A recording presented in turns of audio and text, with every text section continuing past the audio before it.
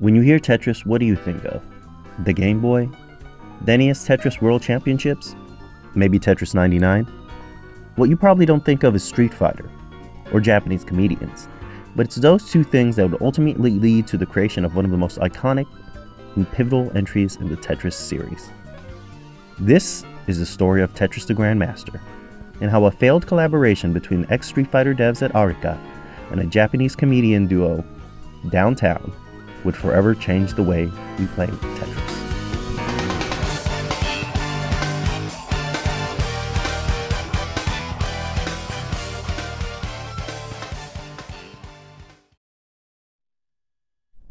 Let's rewind a bit. Before we talk the Grandmaster, we need to talk Sega. While Nintendo's Tetris games hold the mindshare here, Sega's arcade Tetris set the standard in Japan. Key to this was features like lock delay, a mechanic which gives you a few moments to continue moving the pieces after they've hit the stack. Sega Tetris can feel stiff and archaic to people familiar with modern games, but additions like this made it the definitive game for a generation of Japanese arcade players.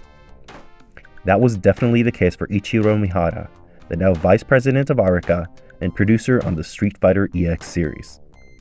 Arika itself was founded by Akira Nishitani, the designer of Final Fight in Street Fighter II, and Akira Yasuda, aka Akiman, key artist on several important Capcom projects. This fighting game lineage definitely made it into Tetris the Grand Master, which initially began life as a competitive game intended to be a collaboration with Manzai comedy duo Downtown. As part of Downtown's Feeling Real Good, a Japanese variety show starring the duo, they'd run a segment where they challenged guests to compete in a game of Tetris. You can even find a clip of one of them demonstrating their skills against Hikaru Utada. Inspired by this, Mihara felt he could create a more competitively focused Tetris, and his team began to work on a new title. Described as having a Parappa-style aesthetic, with 2D anime-style characters in a 3D environment, the game featured high-speed play and items you could use to interfere with your opponent. Seeing the difficulty in differentiating the game from similar titles, they pitched a collaboration to Downtown, but they received feedback from them that adding too much might complicate the simplicity that made Tetris work so well. Unfortunately, complications with the show's sponsor led to the end of the show, and the project was shelved soon after. Months later, Mihara would return to the project, overwhelmed with the desire to continue making a Tetris game. Mihara's aim was to surpass Sega Tetris, which he saw as the current peak of the game. The focus on speed and precision remained from its incarnation as a competitive game, but several additions were made to make it more palatable for beginners as well. After having one of the office ladies test the game, she wondered why she couldn't spin the piece when it was next to a wall. As a longtime Sega Tetris player, Mihara had internalized that rule and had even considered how it might feel to a new player. Thanks to that, a new wall kick system was implemented. Previously, if rotating near a wall would cause the piece to collide with it, rotation would be blocked, as if the wall had physically interfered with it. With the new rotation system, the piece could now kick off the wall, and be moved a unit over to make rotation possible. This also had the side effect of making advanced techniques like T-spins easier to perform. Wall kicks, alongside the initial rotation system, allowing you to rotate pieces before they enter the playfield, and the initial landing system, aka the ghost piece, led to more intuitive play for beginners and raised the skill ceiling for technical play. A new rank system pushed players to use those additions to the fullest, the highest ranks requiring players to play at 20G, the highest gravity where pieces would instantly drop to the bottom of the stack when spawned. Many of these features would be integrated into future titles, such as Capcom's own Disney-themed Versus title, Magical Tetris Challenge, which credits Arika for the use of the ghost piece. Wall kicks, initial rotation, ghost pieces, and other TGM mechanics would all be integrated into the Tetris company's Tetris guideline, a minimum spec sheet for licensed Tetris titles, with the goal of allowing players to easily move between various iterations of the game. Nearly every Tetris since 2001 has used the guideline, making TGM a major contributor to the shape of Tetris over the last 2 decades. Ironically, it seems those same guidelines may have been what kept the series from wider exposure.